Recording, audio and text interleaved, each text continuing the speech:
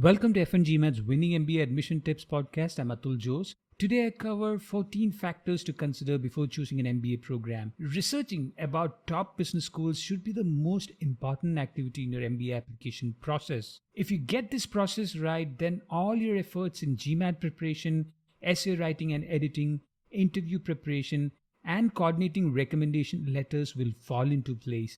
In this deep dive into the factors to consider before choosing an MBA program, I cover number 1, post-MBA goal, number 2, location, number 3, duration, number 4, culture, number 5, feasibility, number 6, ranking, number 7, curriculum and internship, number 8, experiential learning, and number 9, class diversity, number 10, alumni network, number 11, post-MBA salary and increase in salary. Number 12, alumni feedback. Number 13, career service. Number 14, accreditation. So let's look at the first factor, that is post-MBA goal.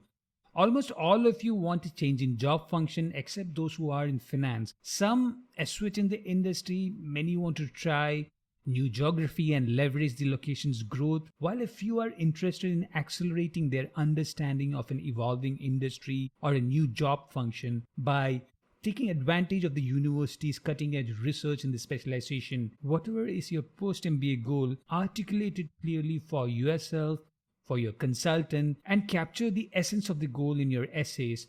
The MBA consultant will help you customize the goal to fit the school's culture and expectation, but the clarity and the specifics of what you have done to reach this goal cannot be faked. If you want help with defining post-MBA goals, shortlisting schools, and developing a holistic plan to meet your MBA admission targets, subscribe to FNGMAT's career planning service at store.fngmat.com/career-planning. The second factor that you should consider is the location. At the start of the 2016 Republican presidency, the higher education publications were on an overdrive, stating that the dominance of US schools could come to an end. We had also experienced hesitations from Indian and Chinese applicants to consider the US as a post-MBA location when the nationalistic tone of policymakers turned into steps to curb visas for legitimate international applicants. The fight back from Fortune 500 companies who recognized that limiting talent by location is a sure way to worsen their intellectual property soon led to a turnaround to old ways. It's no secret that Indian tech companies take advantage of the US visa rules for H-1B visas. The uproar of foreign talent taking over local talent led to fines and a few plugging of loopholes in visa rules. But experts miss out on an interesting fact. 55 to 70% of top schools in the world are in the US. The legitimate demand for quality education cannot be replaced by schools in Canada, the UK, France, or Germany. The closest competitors are Chinese schools that have shown a resurgence in the latest FT ranking, but the language barrier and cultural differences from the home country limit the influence of the schools. Another reason many of you should consider the post-MBA location is the quality of life.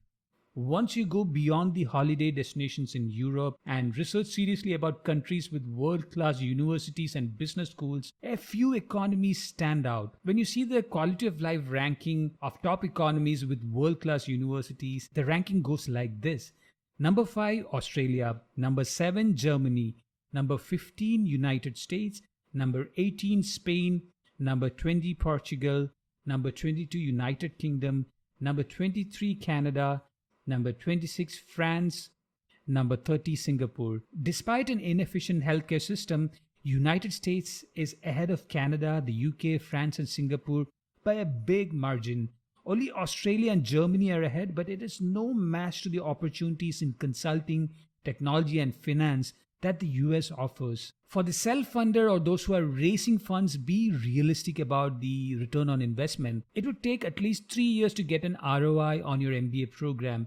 Another important factor when choosing the post-MBA location should be purchasing power. If you see the purchasing power parity ranking of top economies with world-class universities, the ranking goes like this. Number 1, China. Number 2, United States. Number 3, India. Number 5, Germany. Number 9, United Kingdom. Number 10, France. number 17 Canada, and number 19 Australia. The UK, Canada, and Australia are viable alternatives. Unfortunately, the purchasing power of the UK, number 9, Canada, number 17, or Australia, number 19, is no match for the US, which ranks number 2. When top schools are mostly placing students in technology, consulting, and finance, with consulting consistently leading, the language barrier becomes evident. No consulting office in France, Japan, Germany, and Spain is going to recruit an international talent without meeting the local language requirements. The same challenge exists for those working in marketing, product management, and operations. The interaction with local businesses and regulators while understanding the nuanced preferences of the locals is mandatory for meeting client requirements. Number 3, duration. The 1 year versus 2 year conundrum remains a conundrum for applicants from the military, career switchers from the creative or sports industries, and entrepreneurial applicants who failed or want to leverage the alumni network. For the rest of you, crossing the age of 30 or even 32, the 1 year program is a better suited format. Pre-MBA salary influences the offers that you receive. Although an MBA has the best ROI compared to other master's program, there are limitations for employers to offer an increase in salary that is proportional to your age or work experience. Schools in the US understand these limitations and choose candidates who are in the sweet spot, that is the 27 to 29 range age group. For anyone older, it's a risk as almost all MBA rankings are based on increase in salary. While selecting a 1 year versus 2 year program, understand the school's perspective. It will help you set realistic expectations. If you want help with choosing an MBA program based on your profile, subscribe to F1GMAT's career planning service at store.f1gmat.com/career-planning. The fourth factor that you have to consider is the culture. I have the fortune of placing applicants in some of the best schools and saw a clear difference in the traits that work for Wharton, Stanford, Chicago Booth, Harvard, and MIT, to name a few. I don't want to generalize and typecast each school on a public platform, but some of the observations about what matters to each school are interesting. Feel free to reach out to me through LinkedIn by searching Atul Jose, that is ATUL, Jose, Jose, or you can use F1GMAT's contact form, that is store.f1gmat.com/contact-fngmat, to have an in-depth discussion about each school.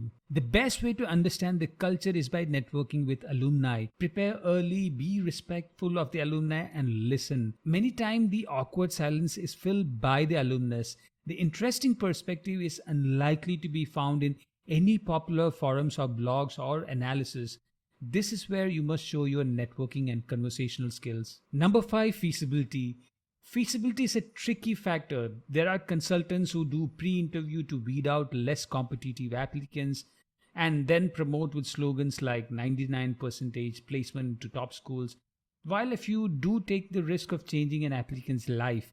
We have supported diverse applicants over the past 13 years. Once you cross the GMAT and GPA median for your target business school, it's a matter of branding, storytelling, and understanding the essay structure. For US schools, there are limitations to accepting international applicants, as the number has been consistently in the 25 to 35% of the class size. This demographic also includes dual citizens and applicants with permanent residency. So, for a truly international applicant with no connection with the US to stand out, the academic competence, experience, and story element of the applications must align. Another limitation schools face is the pre-MBA job function. Finance candidates are less likely to change functions, so is a management consultant. For the remaining 45 to 60% of the applicants, the primary goal with an MBA is a change in function. Technology applicants want to get into product management. Many want to transition from subject matter expert to core finance functions, while the allure of marketing fades away in favor of a measurable, impact-oriented function like project management. Understanding the competition from your pre-MBA function should be the first feasibility study before you shortlist any schools. If you want to know how it is done, subscribe to F1GMAT's career planning service by visiting store.f1gmat.com/career-planning. A less likely goal is a change in the industry. Switching them is not easy unless you are in a dying industry like oil and gas.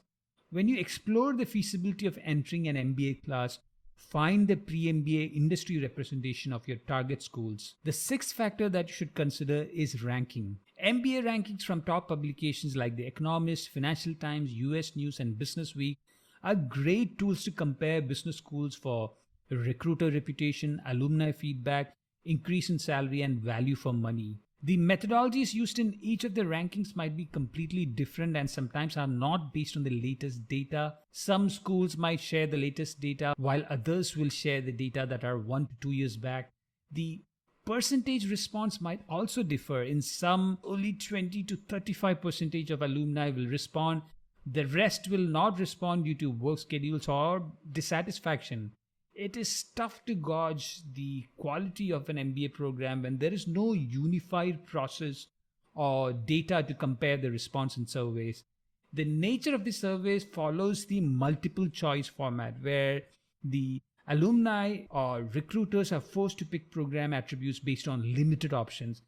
Despite the deficiencies, averaging the MBA ranking will help you shortlist the top 10 MBA programs. The seventh factor that you should consider is the curriculum and internship. The goals essay or the why MBA essay require you to mention the electives, core, and experiential learning elements of the MBA curriculum.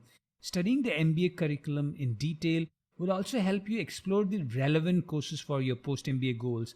Some applicants blindly assume that a school known for finance or marketing will continue to offer a large concentration of cutting-edge research and courses in the subject area. Despite the best research of the university, the course structure of the MBA program is customized according to the post-MBA job market. We have seen many schools pivoting from finance schools to consulting school and then back to finance with the surge in demand for private equity and venture capital. A marketing school pivoting to consulting, a school known for placing MBAs to operations in automobile industry, pivoting to technology to accommodate the strategic value of technology development, and many consulting schools accommodating investment banking to reduce the risk of saturation in management consulting. Applicants must understand this dynamic before blindly following some urban legend about the school's reputation as a finance, consulting, or marketing school. The best place to explore is our post-MBA salary analysis and placement trends section, which is at f1gmat.com/mba-research-articles.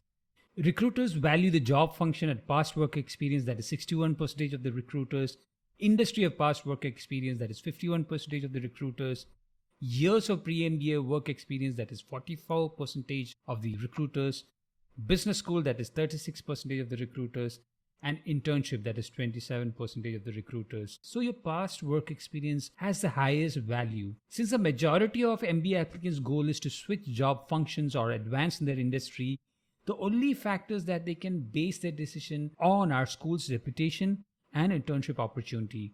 For entering investment banking or any finance function, an internship is mandatory. Interestingly, our analysis shows that internship opportunity facilitated by candidates has lower conversion than school-initiated ones.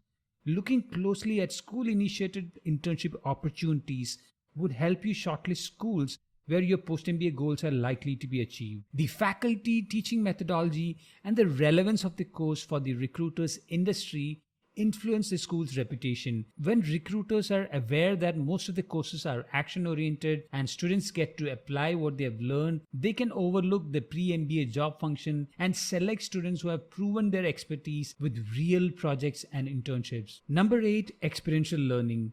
The structure and relevance of experiential learning are more important than an experiential learning element in the curriculum, as most schools follow a 5-region formula: Latin America, Africa, China, Europe, and India. Pay close attention to the courses. If the schools have electives catering to the industry-specific and region-specific problems, the experiential learning would be relevant for candidates interested in management consulting. A niche category of schools take advantage of the host city, that is NYU Stern and Columbia taking advantage of New York, HEC Paris for Paris, SDA Bocconi for Milan, and Stanford for Silicon Valley. The courses, speaker series, and industry visits would be structured around the city's strengths. For applicants with specific goals to enter an industry, leveraging the school's experiential learning in a host city known for the industry would offer the best value. A few rare schools approach experiential learning holistically.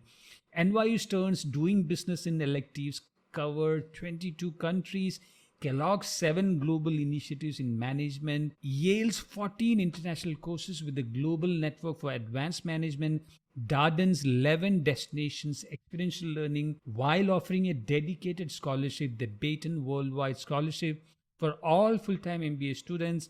IESE's capstone project with the option to choose from 55 countries are some unique initiatives among the world's best MBA programs. Number 9, class diversity. Business schools value diversity. It influences the classroom experience, post-MBA employment trends, and expands the reach of the business school.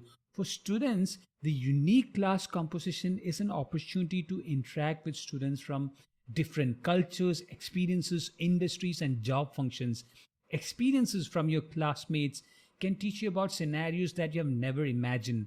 Also, the connections open opportunities in new geographies and niche functions. In many cases, peers join the startup board or support the candidates through their entrepreneurial journey as an investor. More than diversity based on nationality, look at diversity in experience. Often, alumni have cited how they have learned more from their classmates than from the professors through case discussions and group tasks. With such interactions, students are exposed to a wide range of opinions, experiences, and perspectives that can only be deeper if it comes from a qualified and diverse class. This is an advantage that top business schools have. Since the selection process is stringent, the admissions team ensures that the class is composed of a diverse cross-section culturally and professionally. Number 10, Alumni Network. More than the size of the alumni network, the approachability of the alumni will influence your ability to find new opportunities through the network. This factor should always be kept in mind when you see stats like 40,000 plus alumni network.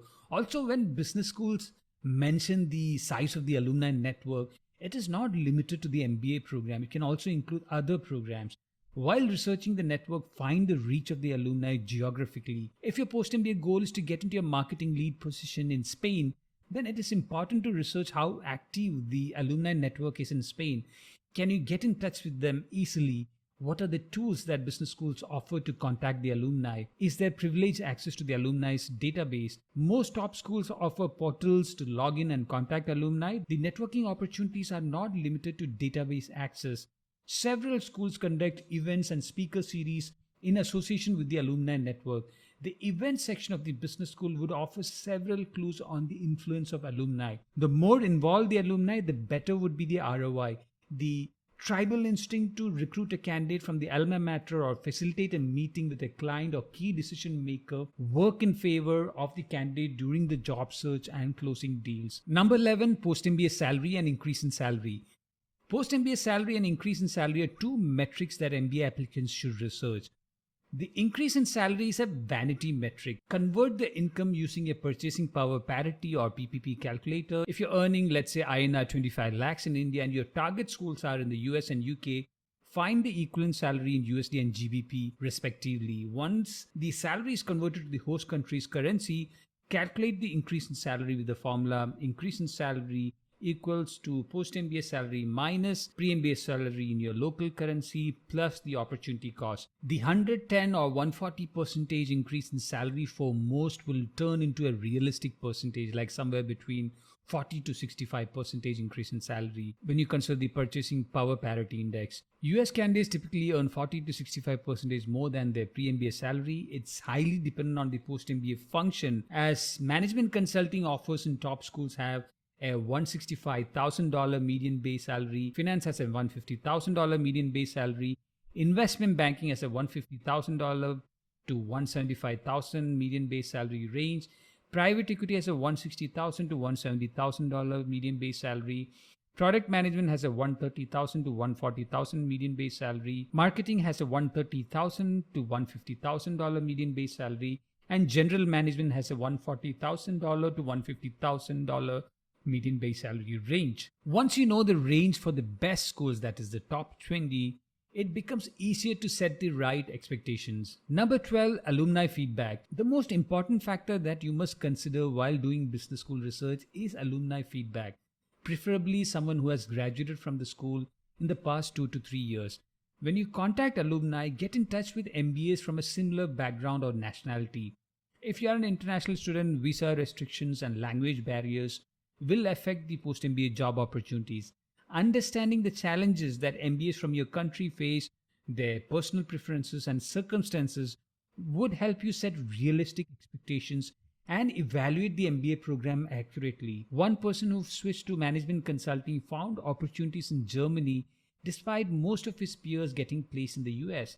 His pre-MBA experience in the automotive industry in Germany was a factor that influenced the placement. Now, if the applicant explores the career choices without understanding the unique circumstances, the conclusion will be flawed. Current students and recent alumni would be too short-sighted to give you a perspective on the impact of the MBA program. However, current students would be a great resource to get an insider view of the classroom experience, the reputation of the school among peers, and to find strategies for converting an internship to a full-time offer. Recent alumni, that is 1 to 2 years, can share what they are immediately able to achieve with an MBA, like networking opportunities, job offers, and salary increase. This insight is useful and offers a snap of the resilience of the MBA brand during a crisis, especially during a pandemic, financial or geopolitical disruption. Number 13, career service. Career service team plays a critical role in networking and building relationship with recruiters around the world. Don't forget to search for the career service section in our post-MBA placement trends and salary analysis at fngmat.com/MBA-research-articles. If they do not have any statistics on recruitment, that is list of recruiters, industry, job function, and worst, no salary or bonus data, be suspicious about the school's ability to help you reach your post-MBA goals. Services like interview etiquette training are important, but look for the job offers that came through the career service team. This indicates the team's effectiveness in placing candidates. If more than 60% of the job offers came through the career service, then you can be confident about the ability of the school to facilitate the job search process. But realistically, the onus is on the student to find a job through the Alumni Network or leverage the Career Service Center. That is why you won't see great numbers for Harvard and Stanford MBA. The kind of applicants the two programs attract don't typically follow the lead of the career service team.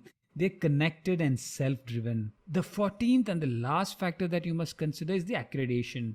Although triple accreditation is an overhyped concept mostly used by European business schools to differentiate from Asian, Australian, and US business schools, having at least one accreditation, that is AACSB, AMBA, or IQUIS, is a seal of approval and shows that the business school has taken the effort to follow the best practices and standards that the accrediting bodies demand.